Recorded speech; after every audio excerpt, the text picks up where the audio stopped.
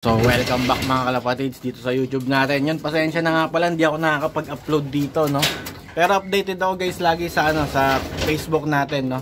Kung gusto niyo i-follow niyo rin ako sa Facebook guys, you know, Miracle Lop TV o kaya Miracle Lop, yan. Follow niyo lang ako doon mga kalapatids. So update ko lang dito sa nagdaang summer race natin dito guys sa KRPC. So bali ito yung ibon natin. Nasaan na? Ito. Ayan, si Berko. So bali kahit pa paano nakakuha naman to ng achievement, no.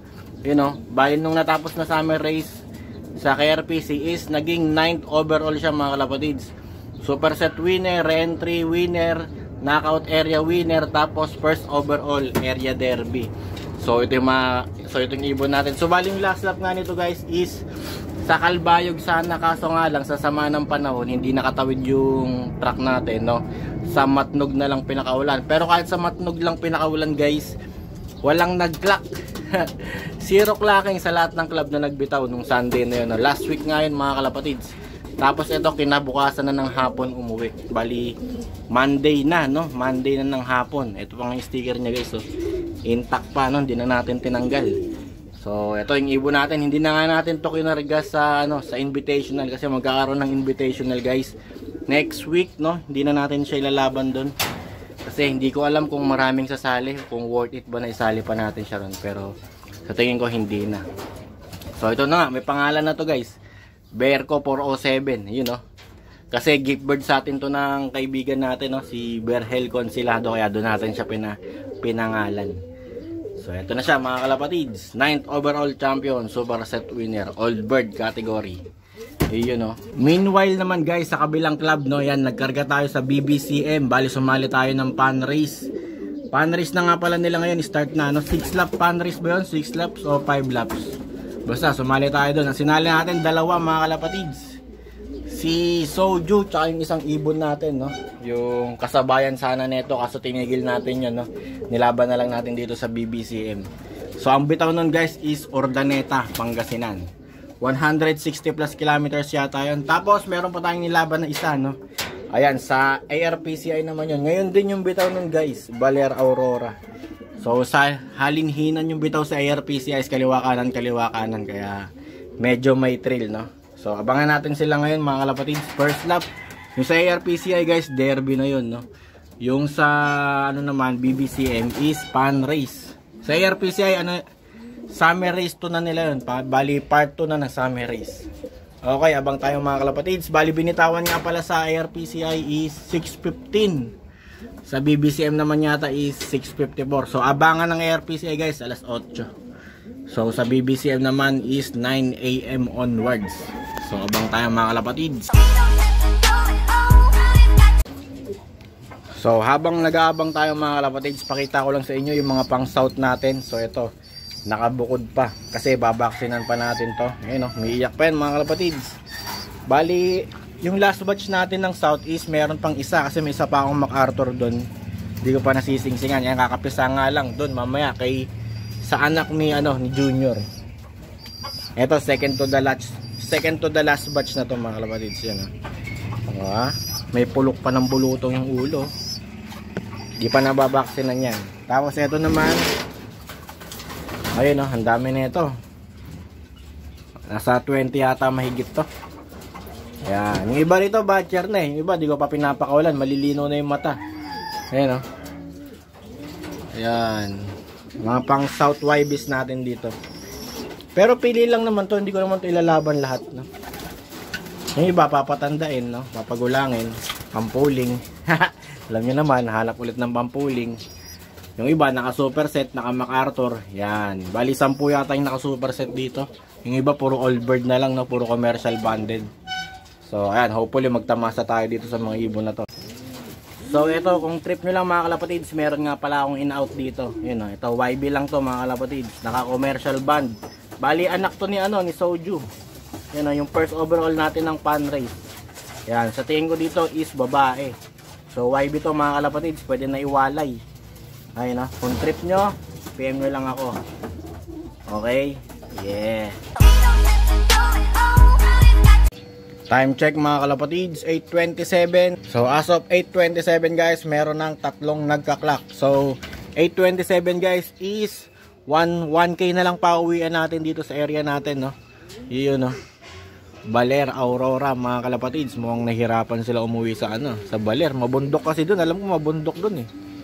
Ilalim ng bundok yun eh. Kaya tatawirin nila yung kabundukan bago makauwi, no.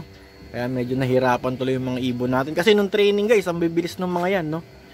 Tinitignan natin nung training, puro 1-3 pauwian. Ngayon, lugmok sa pauwian guys. Kaya abang-abang na tayo mga kalapatids. Baka dumating na yung ibon natin.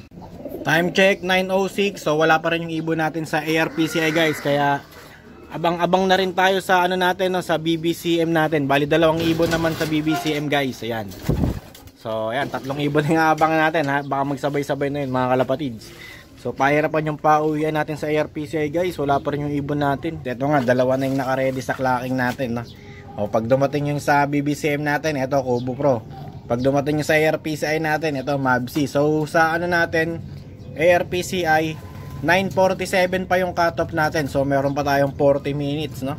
Sana dumating pa, no? Sana umabot at mag-lock. Kasi konti lang naman yung nag-lock mga kalapatids. Kaya hoping tayo na mag-lock yung ibon natin. Ito guys, may isa na yata tayo mga kalapatids, no? So clock na tayo mga kalapatids. Umabot pa yung ibon natin sa ARPCI guys. Ayan, nag-lock pa siya. Kaso nga lang invalid sticker number, no? Yun, no? Kaya nag-clock pa tayo sa backup natin mga kalapatids. So ito yung ibon natin, umabot pa. Akala ko yung sa BBCM na. So antayin natin guys yung sa BBCM mga kalapatids. So yan mga kalapatids, clock na yung isang ibon natin sa BBCM. Ang bagal, 951 lang yung speed. So ito yung ibon natin guys, si Soju wala mga kalapatids. Naku, nangyari. Ang inaasahan nating ibon wala mga kalapatids. Ayun, oh, init. So ito yung nag-clock natin, first dropper natin sa BBCM guys. Ito, yung asawa ng ARPCI natin.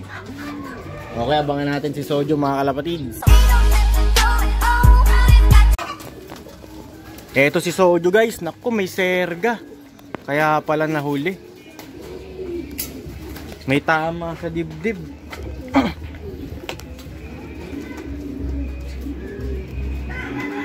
Sumalpok mga kalapatids, yun, no?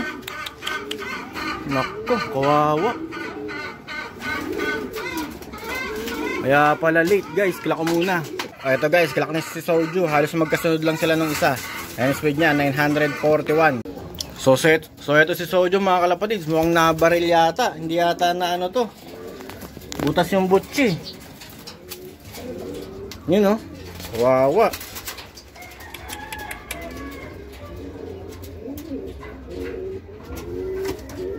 Buti na lang nakauwi pa rin kahit papaano.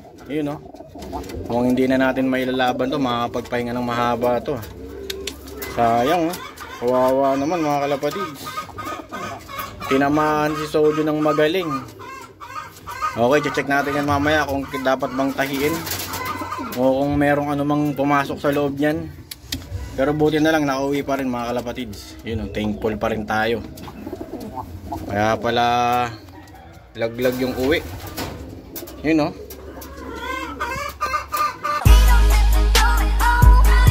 So eto guys, binigyan na natin ng victory pills yan. Yan. Eto, tapos si Soju. Ano yun? Ayun, no? So check natin guys kung tatagas yung niya, no? Kung yung butchi niya tatagas. Ayan, no? Sana hindi tumagas. Kasi ayun, tagas mga kalapatids. Butas yung butchi. So kailangan natin tahiin to. Tsaka siguro hindi natin muna paiinumin to. Yun, no? Kawawa mga kalapatids. So kompleto na yung ibon natin guys from BBCM, Urdaneta, Pangasinan. Tsaka sa ARPCI naman, Aurora, Baler, Aurora. So ayan, pinainom na natin. Kaso nga itong si Soju is tagas yung tubig. Kaya feeling niya na pa rin siya kahit nakainom na. Yun, no? Kawawa. So, hindi na natin muna ilalaban yun. Pagpapahingayin natin yan ng mahabang panahon. Baka sa south na yan pag gumaling na yung sugat niya.